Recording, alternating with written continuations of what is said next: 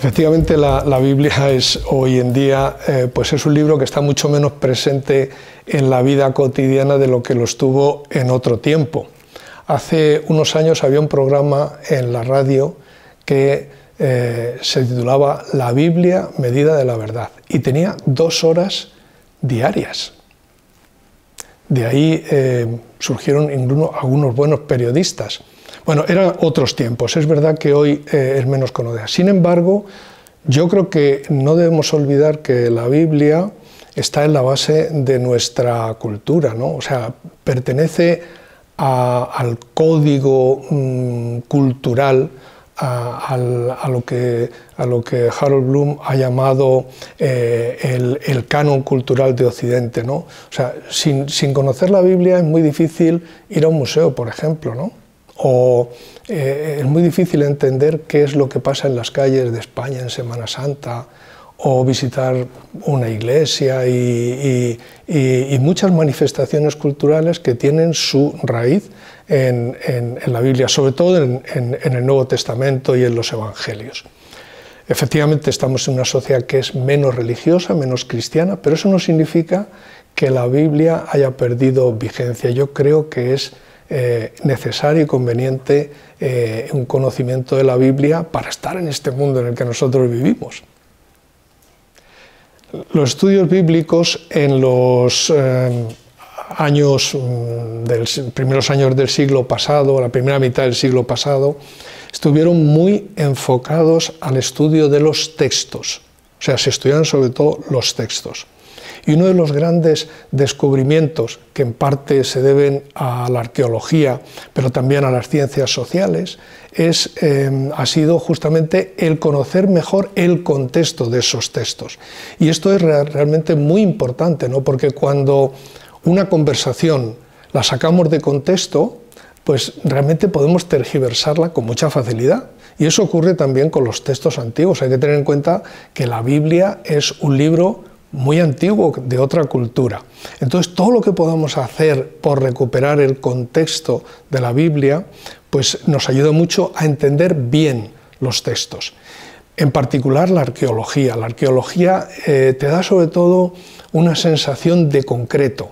O sea, tú vas al lago de Galilea y te sientas allí en Cafarnaún y dices, aquí estuvo Jesús.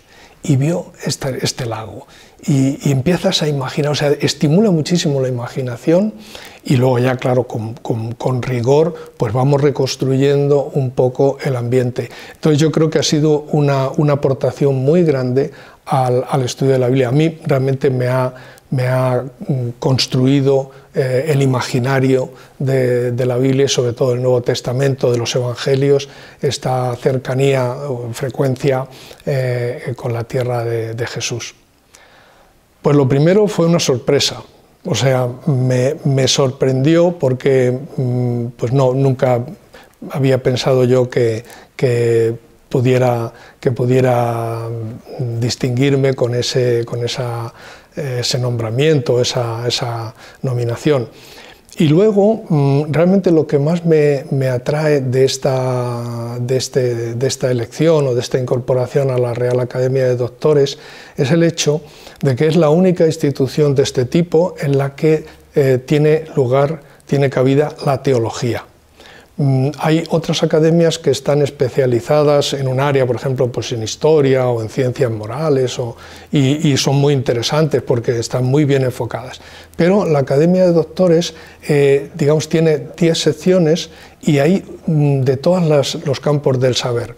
Entonces me parece que es una oportunidad para hacer presente la reflexión teológica en el discurso de los distintos saberes, ¿no? Y en ese sentido me parece que es una cosa muy universitaria. Los estudios de teología han estado muy enfocados a la formación de los sacerdotes. Entonces, nuestros alumnos en España, en la Facultad de Teología, las facultades de teología son mayoritariamente jóvenes que se están preparando para ser sacerdotes o dentro de una congregación o en una diócesis. Yo creo que el futuro de los estudios de teología está en la incorporación de los laicos y de las mujeres, porque cada vez va a ser más necesario en las diócesis españolas la colaboración en tareas que no son específicas de los sacerdotes. O sea, ¿por qué un delegado de catequesis tiene que ser un sacerdote? Puede ser un laico, y un laico que está bien formado en teología.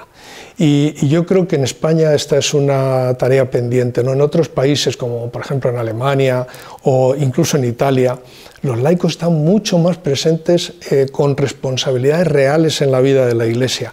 Y yo creo que eso pasa por tener una buena formación.